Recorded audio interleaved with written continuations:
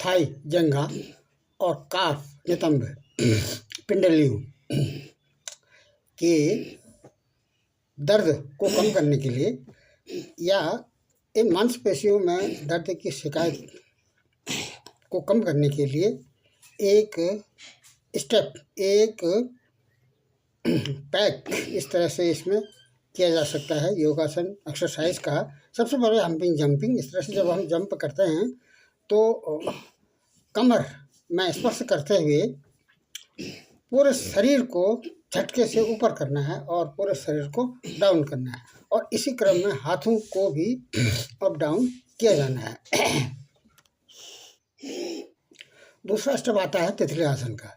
इसमें यदि हम एड़ी को अपने पेल्विक गडिल के हिप्स के नज़दीक लाते हुए अप डाउन करते हैं, करने में यदि कोई दिक्कत होती है तो थोड़ा सा इसको आगे की ओर करते हुए और हाथों को पीछे कारपेट में सहारा देते हुए अप डाउन करना है। और तितली आसन में पूर्ण रूप से ये जो घुटने हैं ये इनका ठीक से अप डाउन हो जाना चाहिए, और थोड़ी देर के लिए इसमें स्थिर आसन में भी बैठना है। तितली आसन में ही तितली आसन करते हुए स्थिर आसन में बैठना है। जब हम यहाँ से उठते हैं तो उठते समय मलासन की स्थिति लानी है। मलासन के बाद ये तितली आसन, ये नौकासन है। नौकासन में जैसा कि पाँव को निम्न कोण में ही ऊपर लाना है, समकोण में पूर्ण रूप से ऊपर नहीं लाना है। लेकिन अंतिम स्टेज में जब हम वापस आते हैं तो उसी समय केवल समकोण की स्थिति में लानी है।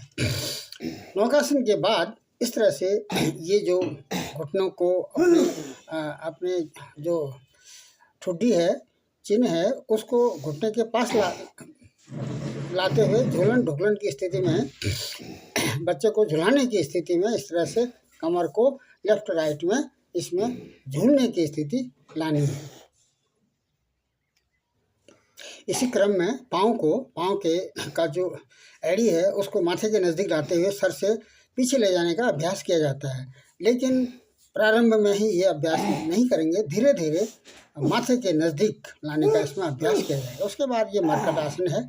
मरकट आसन में भी पूर्ण रूप से ये जो पेल्विक गडिल है, बॉल एंड सॉकेट संधि ठीक से फीमर की हड्डी का ये जो पेल्विक गडिल का सॉकेट है उसमें ठीक से घूम जाना चाहिए।